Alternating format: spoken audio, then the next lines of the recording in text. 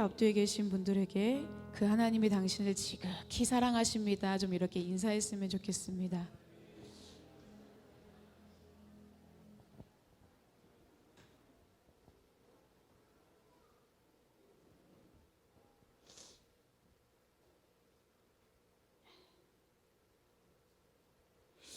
오늘 하나님께서 주시는 말씀 보겠습니다. 야고보서 3장 1절에서 18절 말씀입니다.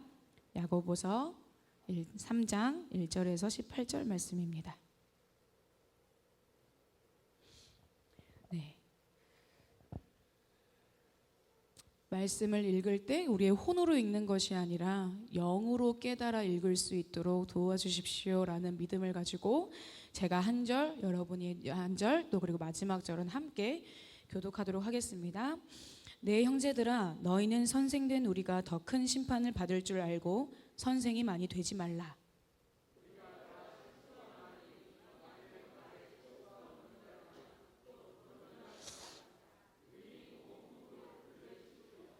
우리가 말들의 입에 재갈 물리는 것은 우리에게 순종하게 하려고 그 온 몸을 제어하는 것이라.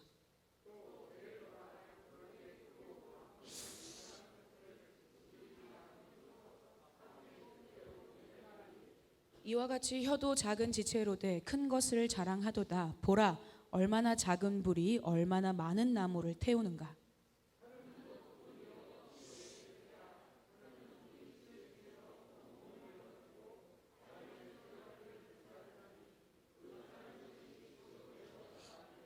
여러 종류의 짐승과 새와 벌레와 바다의 생물은 다 사람이 길들일 수 있고 길들여 왔거니와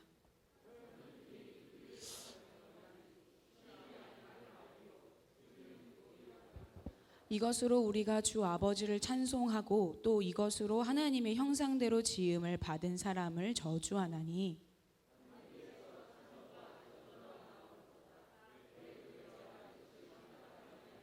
샘이 한 구멍으로 어찌 단물과 쓴물을 내겠느냐.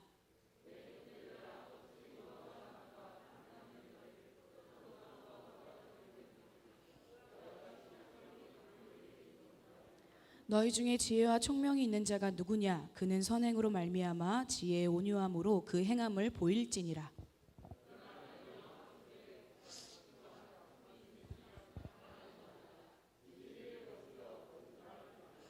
이러한 지혜는 위로부터 내려온 것이 아니요 땅 위의 것이요 정욕의 것이요 귀신의 것이니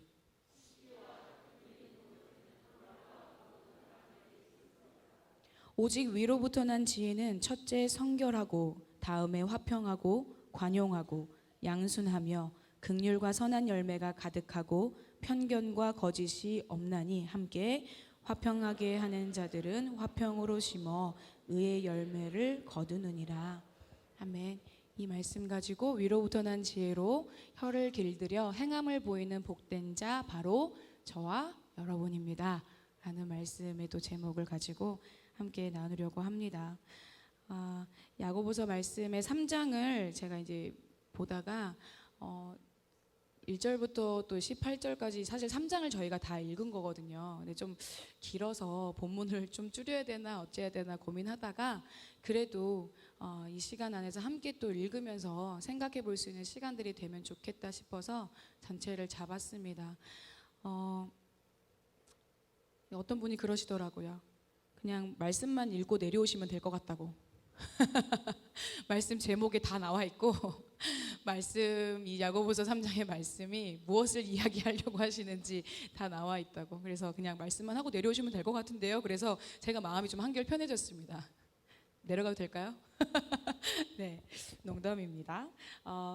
이 말씀을 제가 준비하면서 사실은 좀 다른 본문들이 있었어요. 그런데 계속 고민하면서 하나님 어떤 말씀을 나눠야 될까요? 사실 담임 목사님께서 그 잠언 말씀을 가지고 하실 때 모든 말씀이 그냥 끝났다.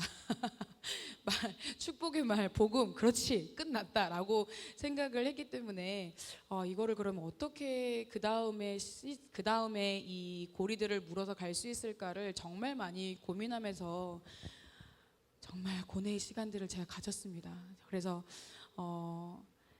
이 시기 안에서 그런데 하나님께서 제게 어떤 마음을 주셨냐면 좀 이게 그러니까 저희가 기억나세요? 2021년 1월 1일부터 목사님께서 송구영신 예배 때 하셨던 말씀이 있어요. 그 말씀 제목이 뭐였냐면, 질문 드리면 또 잘 힘들어 하시니까, 뭐였냐면 말의 권세로 창조의 능력을 발휘하는 복된 자 바로 당신입니다. 이 제목 가지고 사실은 2021년이 시작되면 될 때부터, 사실 그 전에서부터 마찬가지지만 이번 연도 안에서는 특히나 말에 대한 부분이 정말 많이 강조가 되어지는 시즌인 것 같아요. 동의하시죠? 네.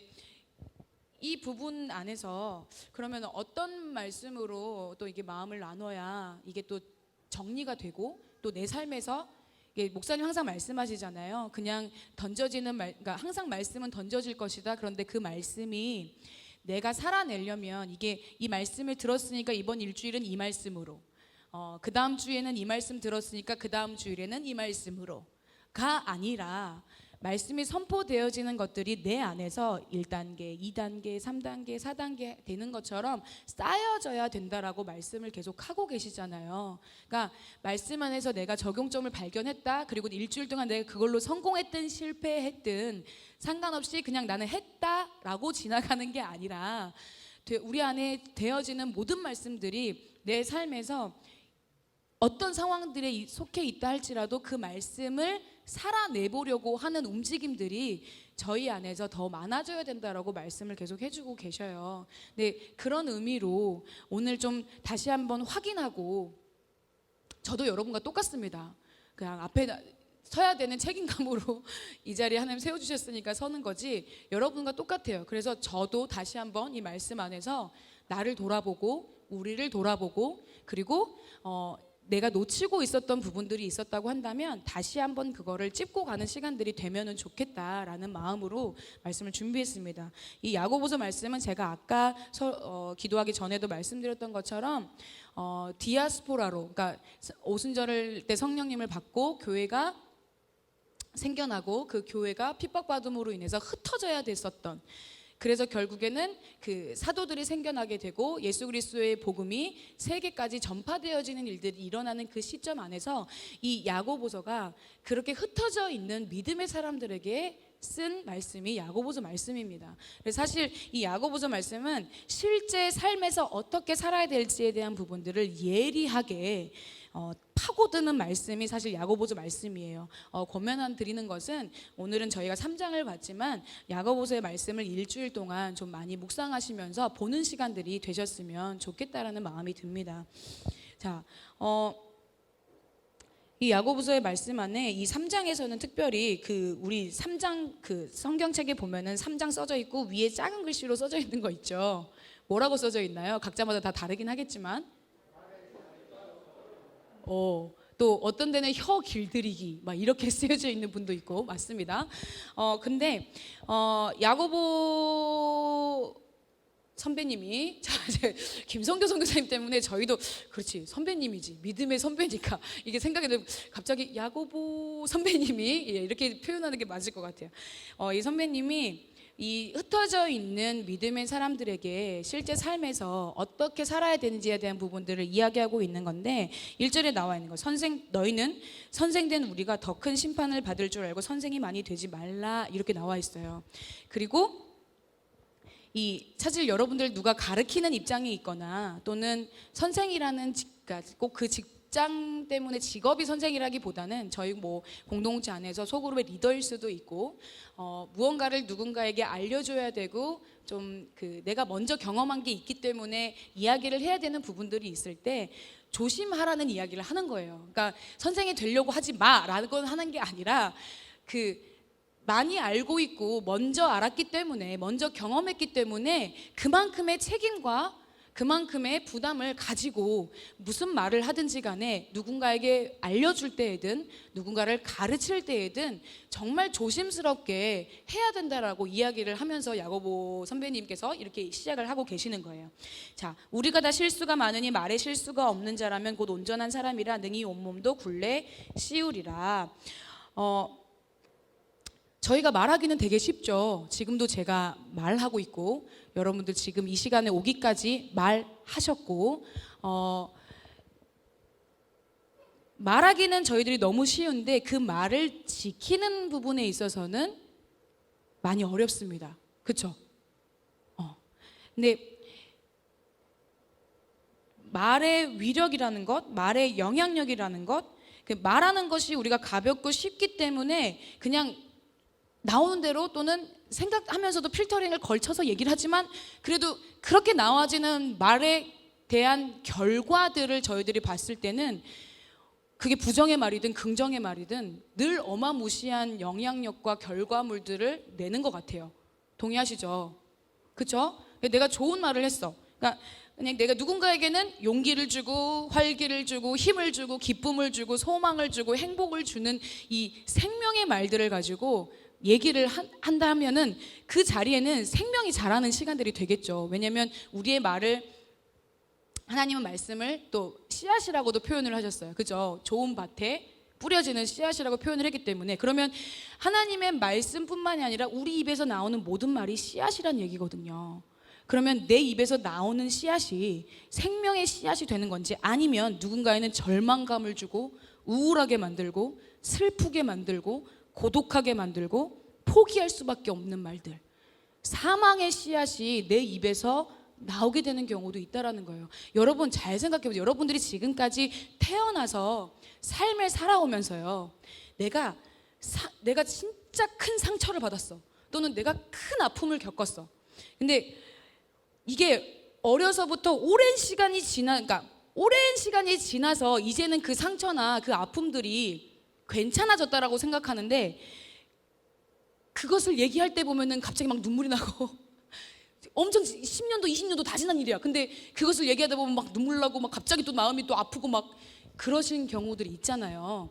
여러분 생각해 보세요. 내가 상처받았고 또는 내가 누군가에게 내 의도와는 다르게 누군가에게 무언가로 아픔을 줬다라는 것에 사용되어진 도구가 다 뭔 것 같으세요? 말이에요. 잘 생각해 보세요. 진짜로 내 삶을 돌아보면요, 이 말 제가 싫은 게 아니에요. 제가 한 말 때문에 사실 그 말에 묶여가지고 그 말 때문에 내 마음의 상처가 깊어지고 골마져서 그 사람하고 관계가 점점 멀어지고 나는 아니면 아니야 이러신 분들 계시죠?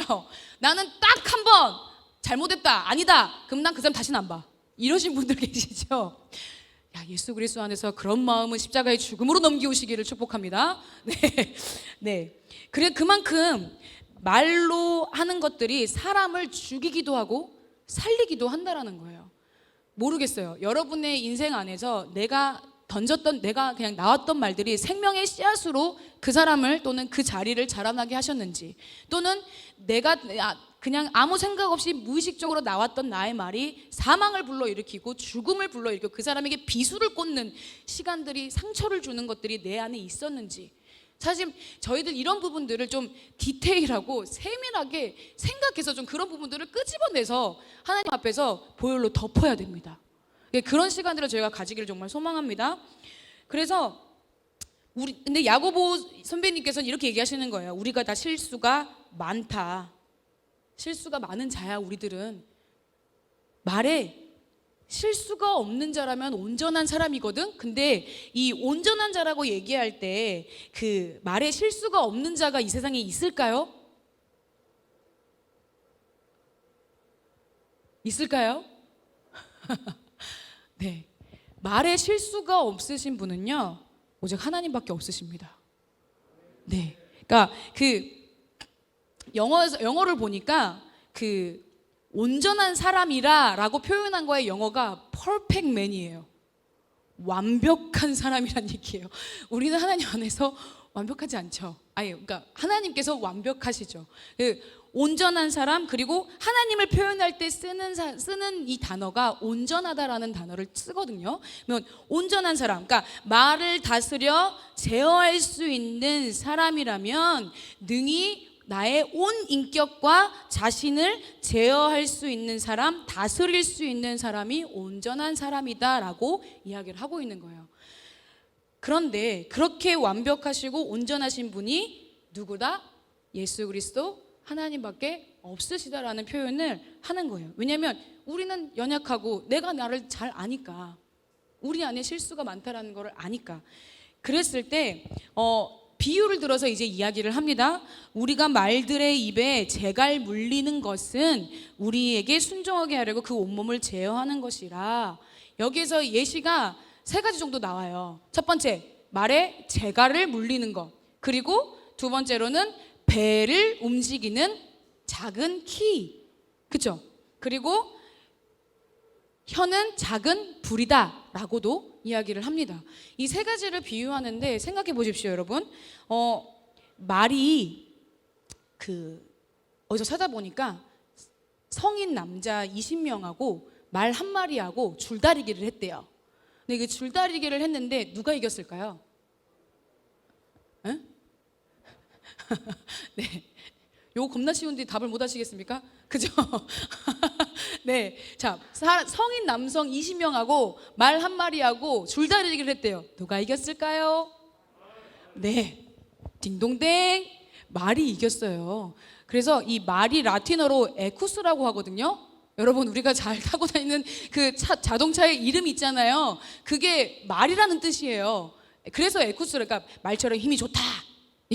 차가 힘이 좋다. 이 얘기를 하려고 하는 건데, 이 말이 엄청난 힘을 가지고 있는 동물이란 말이에요. 그런데 이 말을 제어하는 것은 뭐가 제어한다?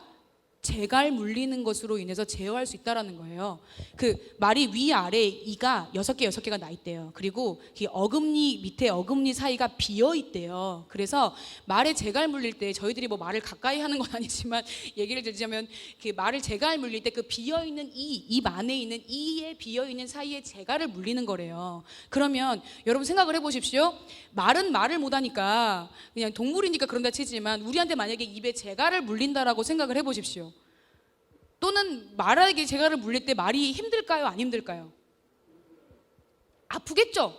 왜냐면 원래 없던 게 지금 들어온 거잖아요. 그죠? 그러면 재갈을 무는 게 처음에는 아프고 어색하고 힘들고 자기가 가고 싶은 대로 막 가려고 그러겠죠. 그런데 자꾸 밀어내려고 하겠지만 그게 시간이 지나면서 훈련을 받고 길들여지게 되면 어떻게 될까요? 재갈이 이제 네 몸, 내 몸. 재갈이 내 이에 있는 것이, 내 입 안에 있는 것이 그게 그냥 자연스러워지게 되는 거예요. 근데 이 말에 이 힘 좋고 또는 이 말이 자기가 살고 싶은 대로 살아도 되지만 이 말에게 재갈을 물리는 것에 이유가 나오죠. 뭐라고 나와 있어요? 우리에게 순종하게 하려고. 네, 여러분 말씀 좀 보시면 됩니다. 우리에게 순종하게 하려고. 그러니까 이유가 나와요. 재갈 물리는 이유가 뭐예요? 우리에게 순종하게 하려고. 그러니까 누구에게 순종하게 하려고 하는 거예요? 응? 잘 따라오고 계시죠? 네, 잠깐 싸우지 마십시오. 자, 말에 입에 재갈을 물리는 게 순종하게 하려고 하는데 그게 누구를 위해서 재갈을 물리는 거예요? 그치? 주인을 위해서. 그러니까 말의 주인을 위해서 재갈을 물리는 거잖아요. 그러면 재갈을 잡아서 고삐를 잡고 이렇게 틀면 말이 지가 이렇게 가고 싶어도 이렇게 틀면 어디로 가야 돼요? 이렇게 가야 되겠죠? 그죠? 갑자기 제가 말이 됐습니다. 네, 어쨌든 가야 되잖아요. 그러니까 이거 재갈을 물리는 이유가 그 온몸을 어떻게 하기 위해서, 제어하기 위해서 주인의 말에 순종하게끔, 주인이 가고자. 왜 순종하게 만들어요? 주인이 원하는 곳에 가게 하기 위해서잖아요. 목적이 있잖아요. 사실 야생마나 길들여지지 않는 말들은 목적이 없어요. 그냥 자기 생존이에요. 그냥 그걸로만 살아요. 그런데 재갈이 물려진 말은 목적이 생겨요. 의미가 생겨요. 그게 누구 때문에 그래요? 재갈을 물리는 주인 때문에 그렇다는 거죠. 그죠? 자, 보세요. 그러면 온몸을 제어하기 위해, 순종하기 위해서 재갈을 물린단 말이에요. 근데 이 말에게 재갈 물리는 것과 두 번째로 예를 들었던 게 큰 배, 그러니까 배를 보라. 이 배가 크고 광풍에 밀려가는 것들을 지극히 작은 키로 사공의 뜻대로 운행한대요. 그럼 여기도 마찬가지네요. 자, 여러분 배가 요즘에 얼마나 큽니까? 그죠? 옛날에는 작고 통통한 배가 있었지만 엄청 큰 배들이 있잖아요. 근데 그 큰 배를 움직이는 게 뭘로 움직여요? 그쵸? 그쵸? 이 키로 움직이잖아요. 근데 그 키가 이 배보다 더 크나요? 아니잖아요. 내가 딱 할 수 있게 편하게끔 이 작은 키로 움직이잖아요. 그러면 이 배의 키를 잡고 있는 사람을 뭐라 그래요? 선장이라고 하죠. 그쵸? 그죠? 그러면 배는 어디로 어떻게 무엇을 향해 가요? 선장이 원하는 대로 이쪽으로 가려고 하면은 이쪽으로 가고, 저쪽으로 가려고 그러면 저쪽으로 가고 하는 게 이 배의 키를 잡고 있는 사람의 뜻대로 움직이는 거잖아요. 그러니까 사공이 뜻대로 운행하기 위해서 이 작은 키를 만든 거잖아요. 이 만약에 배의 키가 없다, 그럼 배가 배의 역할을 할 수 있나요? 없죠. 감사합니다. 대답해 주셔서. 네. 배가 목적을 향해서 배에 지어진 목적과 그 뜻대로 살아내기 위해서는, 배가 살아내기 위해서 하니까 되게 좀 웃기긴 하지만 예를 생각해 보자는 거예요. 살아내기 위해서는 이 선장이 움직이는 키가 없으면 얘는 배가 아닌 거예요. 난파되는 거죠. 풍랑이 와도 무너지는 거죠. 그렇지만 이 선장이 잘 알잖아. 바닷길은 어떻고 물살은 어떻고 지금 날씨가 어때갖고 비가 오니 안 오니 잘 알잖아요. 모든 거를 아시는 선장이 키를 잡고 있기 때문에 그런 데는 피해가고, 또는 폭풍과 어려움과 풍랑이 내게 그 배 상황 가운데 닥쳐있다 할지라도 선장이 그 키를 잡고 움직여 나가면서 위기를 모면하게 되는 것도 결국에는 이 작은 키 하나 때문에 큰 배가 움직일 수 있다라고 표현하고 있는 거예요. 자, 보세요. 그러면 이 말도 그렇고 배도 그렇고, 자, 그러면 그 다음에 불 볼게요. 작은 불이 얼마나 많은 나무를 태우는가. 그러니까 혀도 작은 지체, 우리 몸에서 보면은요, 혀가 그 과학 시간에서 이제 보셨던 분들은 또 찾아보신 분들은 아시겠지만 혀가 되게 작잖아요. 좀 이렇게 징그럽긴 하지만 우리 입안에 있으니까 안 보이니까 얼마나 감사해. 그죠? 이게 나와 있으면 얼마나 그럴 거예요. 그죠? 그런 거 생각 안 해보셨어요? 혀가 우리 몸 밖에 나와 있다고 생각해 보세요. 그러면은 그 SF 영화 저리 갈아갈 것 같은데, 그죠? 자, 근데 우리 안에 있어가지고 안 보이니까 감사해. 자, 그러면 우리 몸 안에서 보면은 그러니까 제일 작은 건 아니지만 그래도 우리의 몸을 이루고 있는 것들 중에서 작은 편에 속한단 말이죠.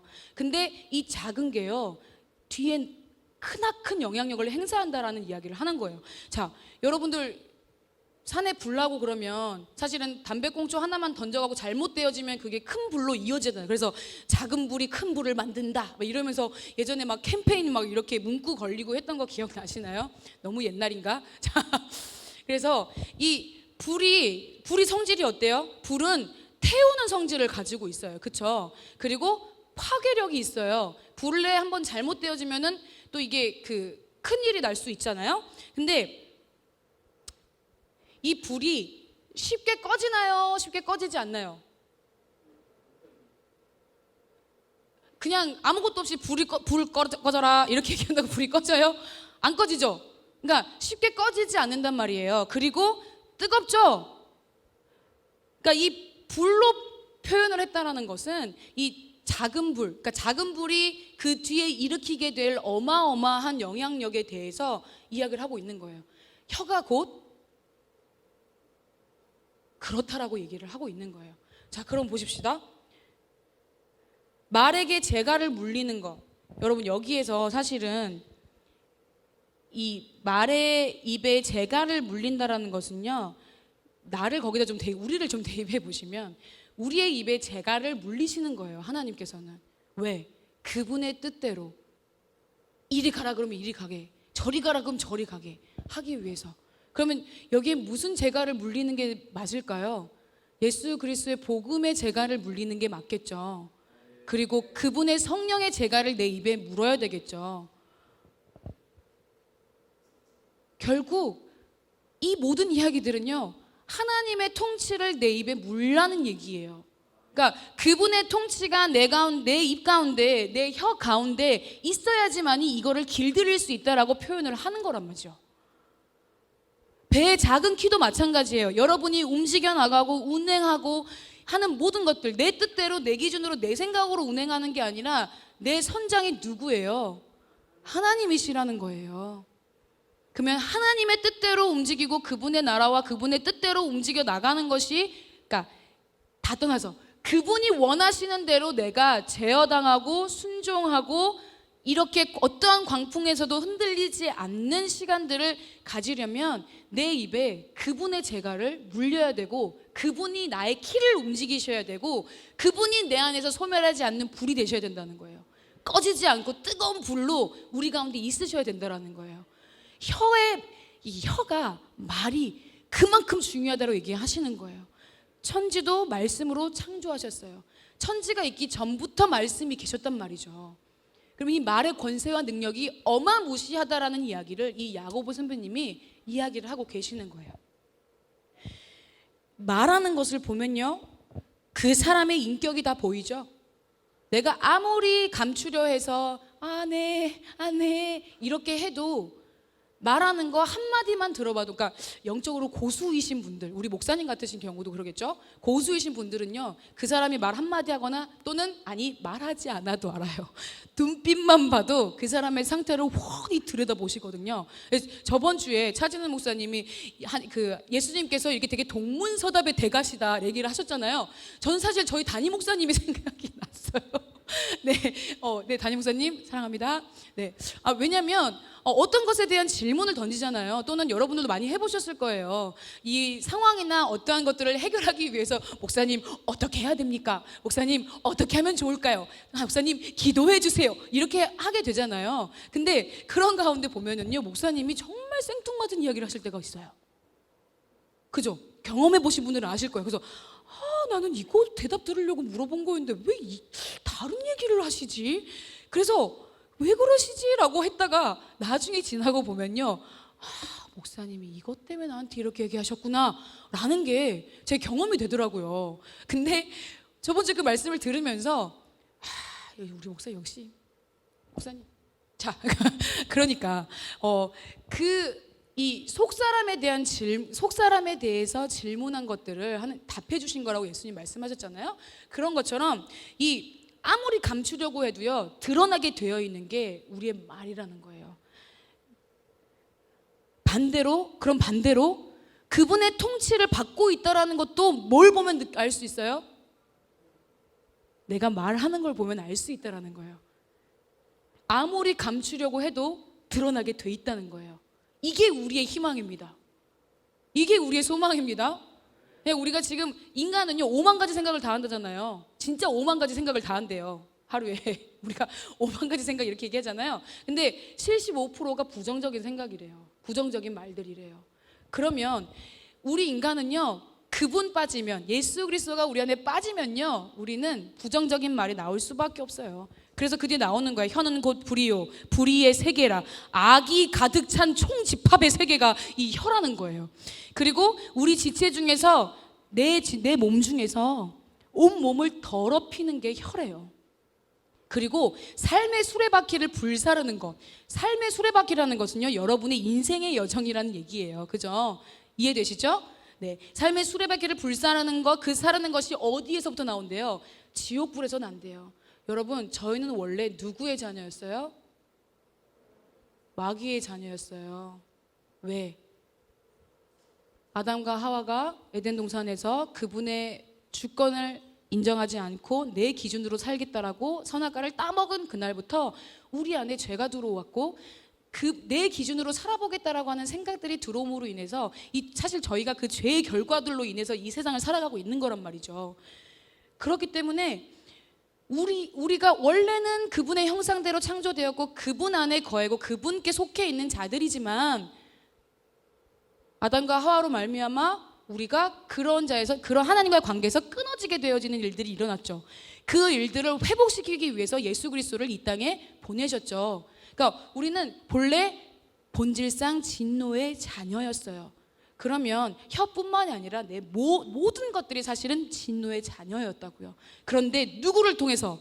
예수 그리스도를 통해서 그분을 나의 구주로 영접하고 그분을 나의 모든 것이라고 받아들이는 사람들에게, 믿음으로 여기는 사람, 그분의 십자가의 죽음에 그런 진노의 자녀였던 나는 죽었고 새로운 생명으로 하나님의 자녀로 의로운 자로 부활했다라고 하나님께서 말씀하고 계시는 그 말씀을 내가 인식하고 신뢰하고 믿을 때, 여길 때 우리가 하나님의 자녀가 되어진 것처럼 불의의 세계가 가득하고 지옥불 같은 나의 이 혀도 무엇으로만 통제가 가능하고 길들여질 수 있다고요?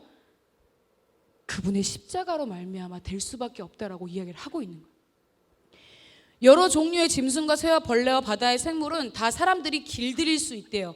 여러분들 사실은 요즘에는 이 인생 삶의 라이프 스타일 안에 보면은요, 함께 하고 있는 우리의 애완묘견 또는 뭐라고 해야 될까요? 애완동물이라고 표현하면 되겠네. 애완동물들이 있습니다. 어떤 분들에게는 이 친구들을 키우시고 함께 하시는 분들은 여기가 누구예요? 가족이에요. 그죠?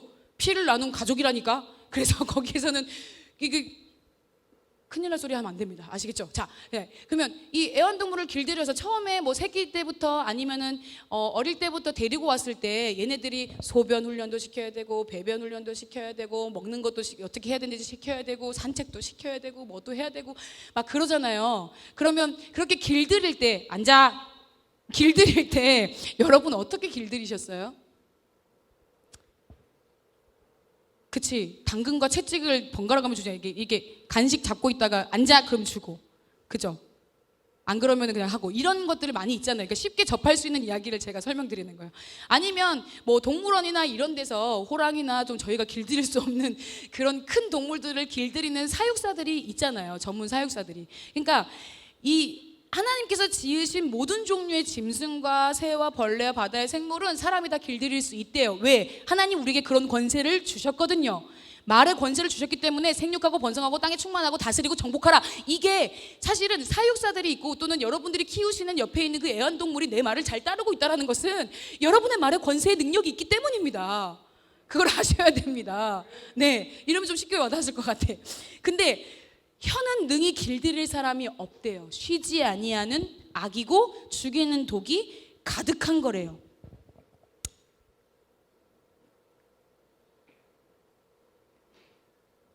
혀는 능히 길들일 사람이 없어요. 혀는 능히 길들이실 분이 하나님밖에 없어요. 그것을 인정하는 것이 저희 안에 너무나 중요합니다. 그래서 예전에는 이 말에 대한 부분들을 저도 그랬어요. 제가 요즘 다음 세대들이 듣고 자라는 게 아니라 우리가 하는 행동을 보면서 자란다라는 거 여러분 아시죠? 세대가 달라졌어요. 그러니까 듣고 자라는 게 아니에요. 아무리 옆에서 뭐라 이렇게 해라 저렇게 해라, 인생을 먼저 산 사람으로서 잘된 길로 가게 하고 싶으니까 자녀들에게 이렇게 해라 저렇게 해라 얘기하잖아요. 그런데 그 얘기하는 게 아무짝에도 쓸모가 없고 씨알도 안 맥혀요. 그죠? 표현으로 하자면. 왜 그런 줄 아세요? 다음 세대들은요 보면서 자라거든요. 그러면 제가 어릴 때 저희 부모님이, 특히 저희 어머니께서, 엄마가 저희가 세 딸이 있잖아요. 제가 장녀고.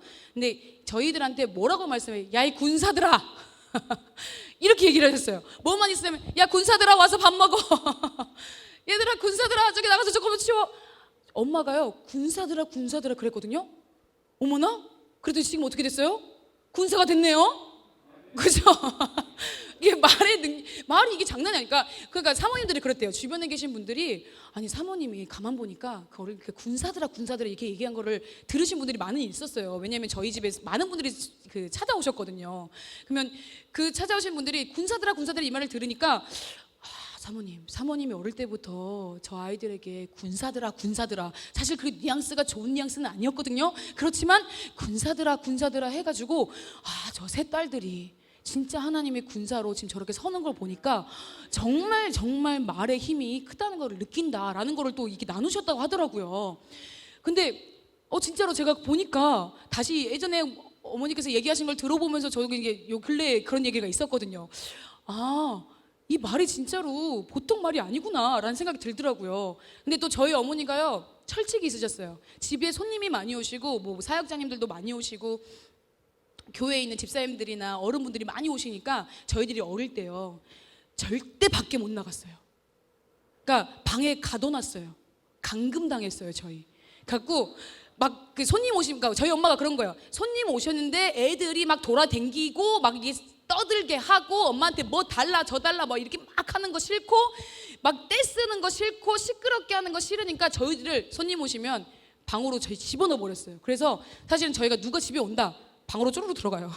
훈련됐어. 방으로 들어가는 게. 저희가 그랬거든요. 근데 어느 날은요, 저희 어머니가 그 손님들 밥은 겁나 잘 챙겨서요. 그러니까 아침부터 저녁까지 그 손님들이 계시면 다 밥을 해서 먹이셨단 말이에요. 근데 하루 종일 자녀들은 안 돌봐. 감금시켜 놓고 엄마 문을 살짝 열고 엄마가 딱 보여 그러면 문을 살짝 열고 엄마 배가 그러면 시끄러 들어가 이랬거든요. 그래서 저희들 하루 종일 사실은 감금당해가지고 쫄쫄 굶어가지고 있을 때가 한두 번이 아니었어요. 그런데 그때는 그냥 그게 당연한 줄 알았어요. 왜냐면 엄마가 그렇게 하라고 하니까 우리를 제어하신 거지 하라고 하시니까. 그래서 나중에는 보니까 배가 너무 고파가지고 사실은 이제 그 손님들이 다 드시고 이 저녁이 밤이 돼서 집에 가시잖아요. 그럼 이제 그때서야 저희들은 자유가 풀려가지고 나오거든요. 방에서 빼꼼히 나와서 식탁에 가면요 먹을 게 하나도 없어요. 그래갖고 엄마가 아유 미안하다 내가 너희들을 챙겼어야 되는데 또 이러면서 또 엄마가 또 얘기를 해주시면 저희가 또 기다렸다 같이 밥을 먹고 해주시는 일들이 있었어요. 네, 이거는 뭐 웃으면서 들으시면 얘기인데 어쨌든 군사들아, 자 여러분의 자녀들에게 야 이 군사들아 하시기를 축복합니다. 또는 야 이 신부들아 이렇게 하셔도 좋습니다. 말의 영향력이 어마무시합니다. 별말 아닌 것 같아 보여도 사실은 그 말을 듣고 자라는 우리 다음 세대들은요 효과가 장난이 아닙니다. 진짜예요. 그리고 나서 나 말하잖아요. 그 한 입에서 찬송과 저주가 나온다. 우리가 아버지를 찬송하는 그 입으로 하나님의 형상대로 지음받은 저 사람을 또 저주하는구나 라는 것들이, 그러니까 여러분 저희가 지금 저희만 그런 게 아니라 정말 오래전부터 이 사람이고 이 인간의 말과 혀라는 것 자체가 얼마나 길들이기 어려웠는지를 보여주는 거예요. 저희가 여기서 예배 안에서 또는 성전 안에서 예배 드리고 할 때는 할렐루야 찬양합니다. 그런데 문을 열고 나가서는요, 또는 저희 뭐 이제 있잖아요. 우리 공동체 안에서도 사실은 다음 세대들 또는 여러분들의 가정 안에서 내가 저 아이가 나의 선교지다라고 생각하고 기도하고 계시는 분들이 있으시잖아요. 근데 그게 그런 분들에게 제가 뭐라 그러는 게 아니라 그러니까 다음 세대들은 보고 자라기 때문에 이 보여주는 것이 중요하다라는 거예요. 근데 말하는 것도 중요합니다. 근데 말만 하면 안 되고요. 말과 행동이 같이 가야지만이 그들에게 영향력이 있다라는 거예요. 그러면 이거예요. 할렐루야, 찬양합니다, 아멘, 그렇게 살겠습니다. 문을 열고 집에 들어갔습니다. 가정에 들어갔을 때 딱 들어갔는데 이놈의 자식이 먹은 거 씻어놓지도 않고 널브러져가지고 청소도 안 하고 있고, 그래갖고 저희 백수처럼 세상 백수가 저 백수가 없네 라고 생각하면서 보시는 그 자녀의 모습을 보면서 할렐루야 이러고 갔는데 문 열고 들어가서 집에 딱 들어가자마자 야 이씨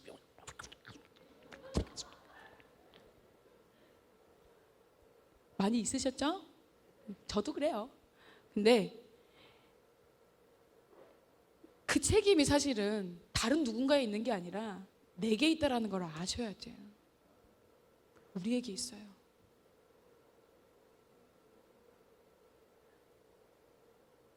그분의 인격과 성품을 내가 경험한 것들을, 받았던 것들을 문 열고 나가면 쌍글이 없어지고 그냥 또 내가 나오는 것들이 많았기 때문에, 사실 우리의 자녀들이 그런 모습들을 보았기 때문에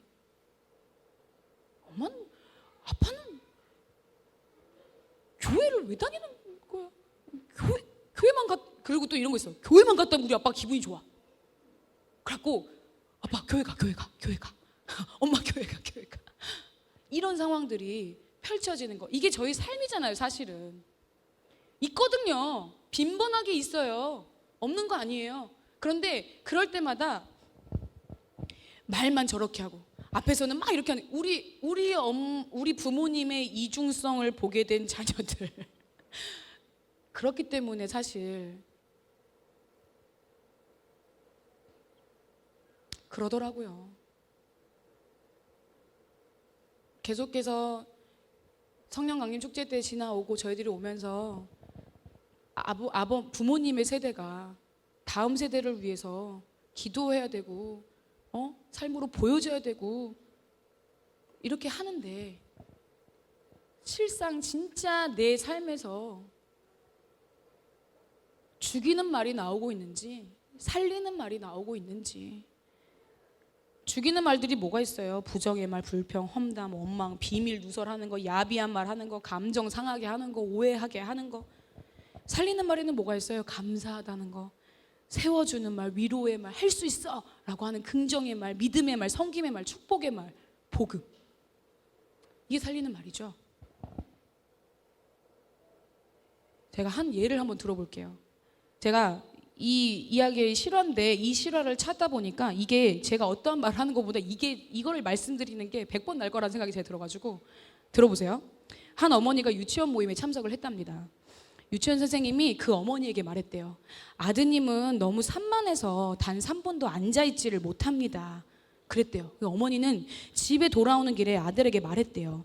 선생님께서 너를 칭찬하시더구나. 의자에 1분도 못 앉아있던 내가 이제는 3분이나 앉아있다며 기특해 하셨어. 다른 엄마들이 모두 나를 부러워하더구나. 아들은 그날 평소와 달리 밥투정 한 번 하지 않고 밥을 2공기나 뚝딱 비웠다고 합니다. 시간이 흘러 아들은 초등학교에 들어갔습니다. 어머니는 선생님과의 면담을 위해 학교를 찾아갔어요. 선생님 어머니에게 말했어요. 아드님은 성적이 몹시 안 좋아요. 지능검사를 한번 받아보세요. 그 말을 들은 어머니는 눈물이 왈칵 쏟아질 만큼 속상했지만 집에 돌아가 아들에게는 이렇게 말했다고 합니다. 선생님께서 너를 믿고 계시더구나. 넌 결코 머리 나쁜 학생이 아니고 조금만 더 노력하면 좋겠다고 하셨어. 어머니의 말을 끝나자 어두웠던 아들의 표정이 환하게 바뀌었다고 합니다. 그 후 지금까지 보였던 모습보다 훨씬 착하고 의젓해진 모습이었다고 해요. 아들이 이제 중학교에 들어갔습니다. 고등학교 진학 상담을 위해서 학교에 찾아간 어머니께 담임 선생님은 이렇게 말했대요. 아드님의 성적으로 명문고 진학은 좀 어려울 것 같습니다. 어머니는 교문 앞에서 기다리던 아들과 함께 집으로 돌아가면서 또 이렇게 말했대요. 담임 선생님께서 너를 무척 자랑스럽게 생각하시더라. 네가 조금만 더 노력하면 명문고에 충분히 들어갈 수 있다고 하셨어. 그렇게 말을 했대요. 그랬더니 어떻게 됐을까요? 아들은 끝내 명문고에 들어갔고요. 뛰어난 학업 성적으로 졸업을 하게 되었습니다. 그리고 아들은 경찰대학 합격 통지서를 받았습니다. 아들은 대학 입학 허가 도장이 찍힌 우편물을 어머니 손에 들이면서 어머니 손에 쥐어드리면서 엉엉 울면서 말했대요. 아들이, 어머니, 제가 똑똑한 아이가 아니라는 건 저도 잘 알아요.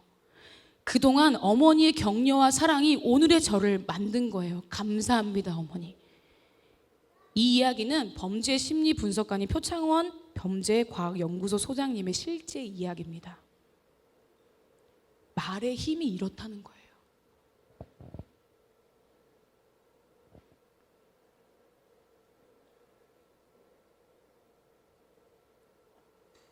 아까 홍부철 선생님 기도하실 때도 베드로 이야기 나왔잖아요. 우리 베드로 실패했잖아요. 사실 예수님 죽으시고 부활하시고 만나기 전까지 실패했다라고 생각한 그 베드로에게 예수님 찾아가셔서 사랑과 격려를 하시면서 내 양을 먹여, 내 양을 쳐 라고 예수님께서 말씀하신 것처럼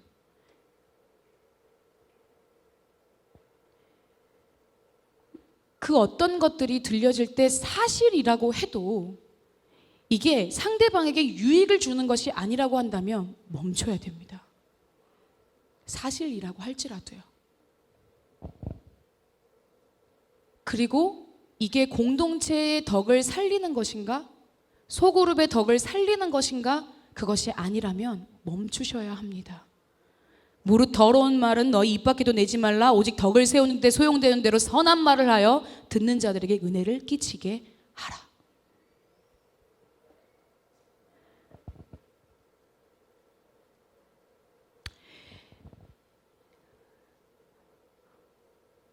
그 다음 말씀하십니다. 샘의 한 구멍으로 어찌 단물과 쓴물을 내겠느냐? 내 형제들아 어찌 무화과 나무가 감람 열매를 포도나무가 무화과를 맺겠느냐? 이와 같이 짠물이 단물을 내지 못하느니라. 이 말씀은 들으면 그냥 빡 오죠. 근데 왜 샘과 나무로 비유하셨을까요?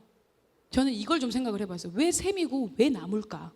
다른 걸로 비유해야 되고, 왜 말이며, 왜 작은 키며, 왜 불이며, 이런 부분들을 저희들이 참 많이 생각을 해봐야 되는 부분이라고 생각해요. 왜 샘과 나무로 비유했을까? 보니까 샘이라는 것은요, 여러분도 잘 아시겠지만 물이 땅에서 솟아나오는 곳이에요. 그리고 이 샘을 뭐라고도 표현을 하냐면 힘이나 기운이 솟아나게 하는 원천이라고도 표현을 합니다. 자, 그러면 땅에서 솟아오르는 물이 있는 곳이 샘이라면, 그러면 이 하나님께서 창조하셨을 때 너는 이 맛을 내는 샘이 돼, 너는 이 맛을 내는 샘이 돼 라고 하셨기 때문에 그 샘이 창조된 거잖아요. 나무도 마찬가지예요. 무화과 나무 너는 무화과 나무 열매를 맺죠. 감람나무 너는 올리브 열매를 맺죠. 포도나무 너는 포도의 열매를 맺어야 돼. 사실 하나님께서 말씀으로 창조하신 이 창조의 질서가 있기 때문에 이 샘과 나무 그리고 말, 배, 불 이런 걸로 비유하지 않았을까라는 생각이 제가 들더라고요. 결국 여기서 더 깊은 것들이 많아요. 여기 안에서 보면 샘은 결국에 누구를 의미하느냐, 누구를 상징하느냐, 예수 그리스도를 상징하는 거죠. 그리고 나무도 누구를 상징하느냐, 예수님께서 포도나무가 되시죠. 우리는 거기에 가지에 접붙임만 된 가지들이잖아요. 그러니까 그러니까 본질 그대로, 그러니까 그 근원 자체가 하나님께서 창조하신 형상과 모양 그대로라는 거예요. 그러면 여러분, 저와 여러분은 하나님께서 창조하신 형상 그대로를 가지고 있는 사람들이란 말이에요. 회복되었단 말이에요. 그 전에 있었던 거 죽었다니까요. 그러니까 그런 믿음이 우리 안에서 있을 때 사실 그 자리에서 우리의 혀가 길들여지는 거예요. 근데 이 길들여지는 것 안에서 그 뒤에 나옵니다. 13절부터 나오는 거, 지혜와 총명이 어디 있느냐, 지혜의 온유함으로 행함을 보여야 된다. 그런데 너희 마음속에, 그러니까 나오는 거예요. 이 악이고 죽이게 하는 거고 어렵게 만드는 것이 어디서부터 나오는 거냐? 너희 마음속에서부터 나온다라고 얘기를 하는 거예요. 마음속에 독한 시기와 다툼이 있으면 자랑하지 말라, 진리를 거슬리지 말라, 거짓말하지 말라. 이러한 지혜, 이것도 지혜라고도 표현을 합니다. 그렇지만 이 지혜는 위로부터 내려오는 것이 아니라 어디에 있는 거예요? 그분과의 관계가 끊어짐과 동시에 들어온 죄로부터, 사단으로부터, 영이 죽음으로 인해서 들어오게 되어지는 모든 것들, 이 땅의 것들, 정욕의 것들, 세상의 것들, 귀신의 것들, 결국 이게 누구의 것이에요? 사단의 것이라는 얘기를 하고 있는 거예요. 우리가 저주의 말을 하고 있다? 사실 찬송과 저주도요, 내 선택할 수 있잖아요. 그 자리에서 내가 부정의 말을 할지 긍정의 말을 할지 선택할 수 있잖아요. 근데 그 선택의 키를 누구에게 맡겨야 된다고요? 예수 그리스도의 통치 가운데 그분께 맡겨야지 살리는 말, 생명의 씨앗이 나간다라는 거예요. 그럴 때 찬송이 여기에서뿐만이 아니라 여러분들이 거하시는 모든 자리마다 찬송이 나가는 거예요. 그럼 결국에 누가 영광 받으셔요? 그분께서 영광 받으시죠. 하나님의 나라가 그런 나를 통해서 이루어지는 거예요. 그런 결과를 통해, 그러니까 그러한 말들을 했을 때 그 결과를 통해서 먹게 되어지는 열매를 누가 먹는다고? 내가 먹는다고. 그런 결과를 통해서 나오는 파급적인 효과, 영향력, 말의 위력, 그거 누가 경험하는 거냐고. 내가 경험한다고. 먼저는 내가 경험하고 그 말을 했던 그 대상이 또 경험하는 거라고요. 우리의 존재의 근원은 하나님께 있습니다. 우리의 존재의 근원은 하나님 나라에 있어요. 이 땅의 것이 아니란 말이에요. 그럴 때 나오는 거예요. 오직 위로부터 난 지혜. 그러니까 저희들이 이 혀를 길들이는 것, 그분의 십자가로 말미암아 길들일 수 있다는 것을 인정하고 그분께 나의 모든 것들이 죽었다라고 믿음으로 여기고 부활하신 새로운 생명으로 내가 말한다라고 하면서 주시는 것 안에서 그게 위로부터 내려드는 지혜를 받는 시간들을 갖는 거예요. 하나님, 내가 어떤 말을 해야 될까요? 저 영혼에게 하나님 주시는 마음을 가지고 내가 이야기를 해야 되는데 어떤 마음으로 이야기를 하고 아무 생각이 안 나요. 주님 도와주세요. 성령님은요, 얼마나 감사한 줄 아세요? 정말 아무것도 생각이 안 나는 그런 상황 가운데서도 성령님께 구하기만 하면요, 내 입술을, 내 말을 가져가셔요. 그분이 이끌어 가셔요. 지금도 저도 마찬가지예요. 많은 것들을 준비하고 이렇게 저렇게 해볼까 이렇게 막 생각했던 것들이 있지만 하나님께서 지금 저를 사용하고 계신다라고 저는 믿어요. 왜냐면 저의 것을 내려놨거든요. 자, 그러면 이 사단의 것들, 혼란과 모든 악한 일들을 예수 그리스도의 십자가의 죽음으로 넘기우고, 그럼 위로부터 난 지혜, 그것이 뭐냐라고 나오는 게 오늘의 17절과 18절의 말씀인 거예요. 17절 볼게요. 오직 위로부터 난 지혜는 첫째 성결하고, 다음에 화평하고, 관용하고, 양순하며 긍휼과 선한 열매가 가득하고 편견과 거짓이 없나니 화평하게 하는 자들은 화평으로 심어 의의 열매를 거두느니라. 위로부터 난 지혜, 성결이 무엇인지 예전에 목사님께서 계속 말씀하셨어요. 정결하게 되는 거, 내가 거룩하게 되는 거. 어떻게 하면 성결할 수 있을까요? 죄를 짓지 않아야지 성결이 되겠죠. 그렇지만 우리는 죄인이기 때문에 우리의 힘으로는 성결할 수가 없어요. 누구의 힘으로 성결할 수 있다? 그분의 십자가로만 성결할 수 있다. 그래서 예수님의 십자가를 통해서만 그것이 가능하기 때문에 날마다 우리가 그분 앞에 성결하기 위해서는, 내 혀가 성결하기 위해서는 날마다 그분의 십자가의 죽음과 부활에 연합되어졌다라는 믿음을 가져야 된다는 거예요. 하나님의 의지를 따르는 것, 하나님의 말씀 따라서 움직이는 게 하나님이 내 안에 오셔서 하나님의 행하실 수 있도록 나를 비워서 정결케 하는 작업이 먼저 우리 안에 되어야 돼요. 그러고 나서 이게 되어야 돼요. 그러니까 이게 물론 동시다발적이긴 하지만 우리가 단계적으로 생각해 보면 그분 앞에 내가 먼저 성결케 되어야지만이 화평을 이룰 수가 있어요. 관용할 수 있어요. 자, 화평은 뭐죠? 예수 그리스도께서 우리에게 화목한 존재로 그분께서 화목제물이 되어주셔서 우리가 화평한 존재가 아닌데 예수님께서 우리를 화목한 존재로, 화평한 존재로 만들어주셨어요.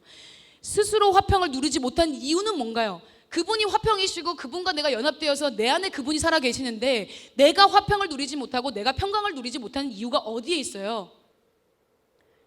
하나님과의 관계의 깊이 안에 그분을, 화평이신 예수님을 내가 경험이 없다라는 거예요. 그러면 결국 내 안에서 뭐가 나요? 화평이 나가는 게 아니라 뭐가 나갈까요? 악이 나가고 독한 게 나갈 수밖에 없다라는 거예요.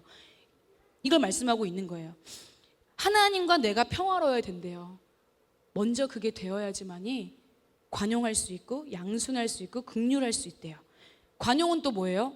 남의 잘못을 너그럽게 받아들이거나 용서하는 거예요. 남에게는 관대하십시오, 여러분. 여러분 곁에 있는 지체들에게 관대하세요. 그리고 자기 자신한테는 냉정해지셔야 됩니다. 내가 그분의 말씀 안에서 빗대어 바꿔야 되고 변화되어야 되는 부분이 어떤 부분인지를 냉정하게 자기를 들여다보는 시간들이 저희 안에 있어지기를 소망합니다. 양순하다는 거는요, 마음으로부터 오는 순종이라는 얘기예요. 그러면 결국 성결케 되어지고 화평하고 관용하고 양순하다는 것, 그것을 통해서 뭘 이루어간다는 거예요? 긍휼. 그러니까 하나님의 자비, 우리가 사실은 예수 그리스도 안에서 하나님의 자녀가 된 것, 구원을 받았다라는 것 자체가 일방적인 하나님의 사랑과 은혜에 의해서 된 거잖아요. 동의하시죠? 그 일방적인 은혜와 사랑을 긍휼이라고 표현을 하는 거예요.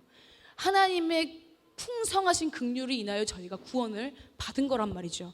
그 긍휼을 내가 받았으면 그 긍휼이 내 삶 안에서 나아갈 때, 그러니까 위로부터 난 지혜, 성령님께서 주시는 지혜, 하나님께서 예수 그리스도에서 행하신 이 말씀 안에서의 나오는 지혜들을 내가 받아 그 지혜로 삶을 살아드리고 내가 내 혀를 길들여, 이것들로 내 혀를 길들여 나갈 때 그때 그 자리에 선한 열매들이 맺혀지게 된다라는 거고, 편견과 거짓이 없는 시간들이, 상황들이 된다라는 거. 그리고 화평하게 하는 자들이에요. 여기서 영어로 화평하게 하는 자는 피스메이커.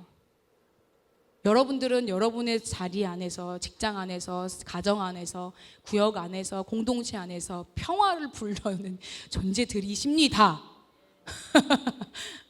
네, 그렇게 화평하게 하는 자들로 우리를 부르셨어요.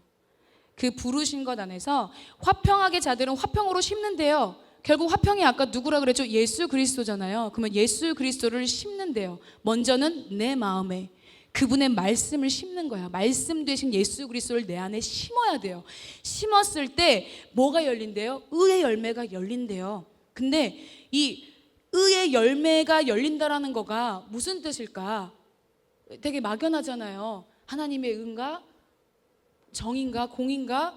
의의 열매. 쉽게 풀어드리겠습니다, 여러분.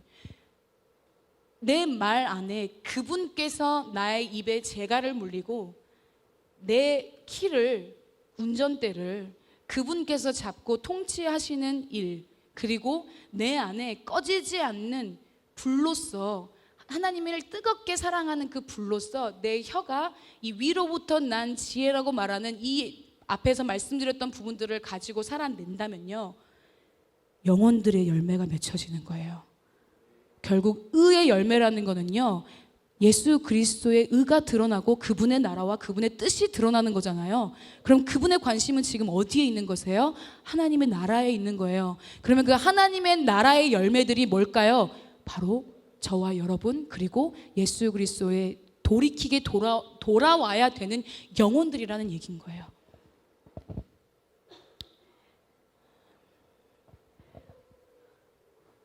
우리의 속사람이 변해야지만이 우리의 말이 변화돼요.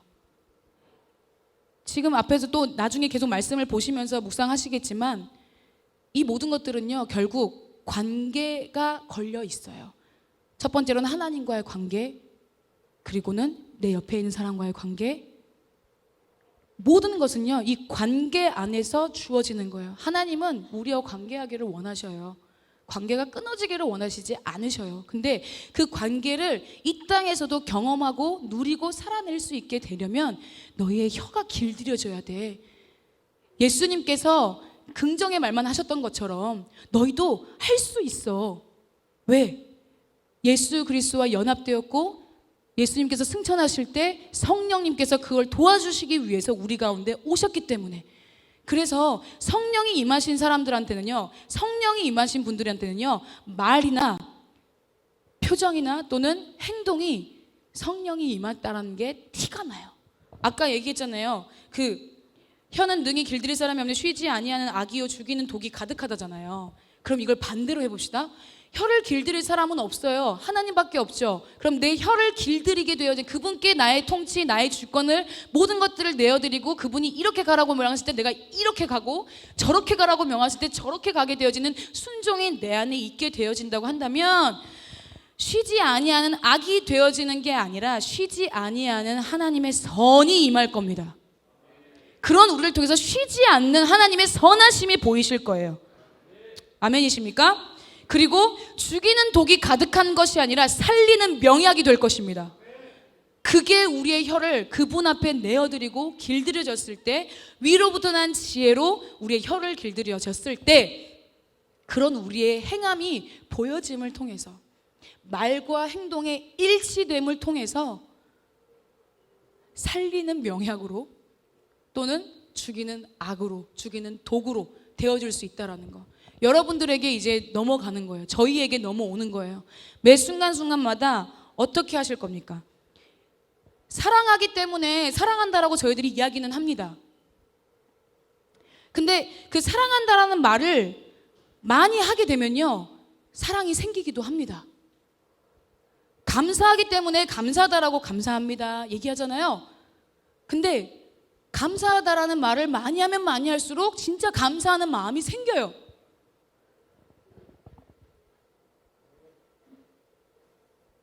말씀에 순종하면요, 내가 말씀에 순종해서 이렇게 해봐야 돼. 말씀으로 하는 모든 부분들, 내 말이 아니라 그분의 말로 내 혀를 그분께 내어드립니다. 내 혀의 통치를 그분께 내어드립니다라고 고백하는 자들, 그 자들이 하나님을 경험하게 되는 일들이 우리 가운데 있게 될 것이라고 믿습니다. 안 하니까 없는 거예요. 해보시면 그분이 살아계시고 그분이 우리와 함께 계시고, 그분의 말이 진짜구나, 내 말에 권세가 있구나.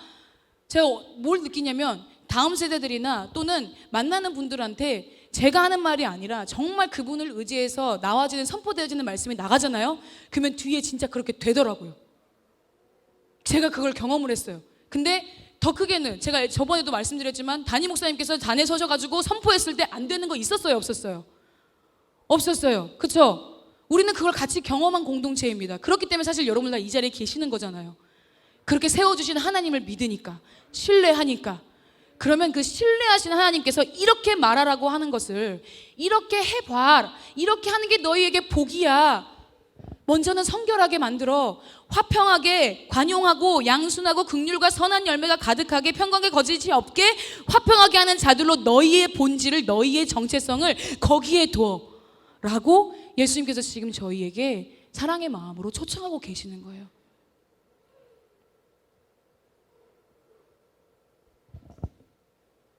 함께 기도하기 원합니다. 예배팀 올라와 주시고요.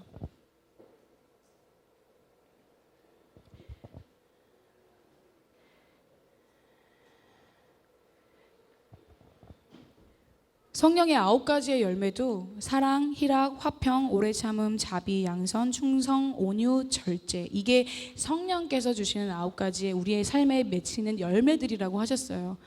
근데 성령님이 임한 사람, 우리 안에 성령님 내주하여 계시거든요.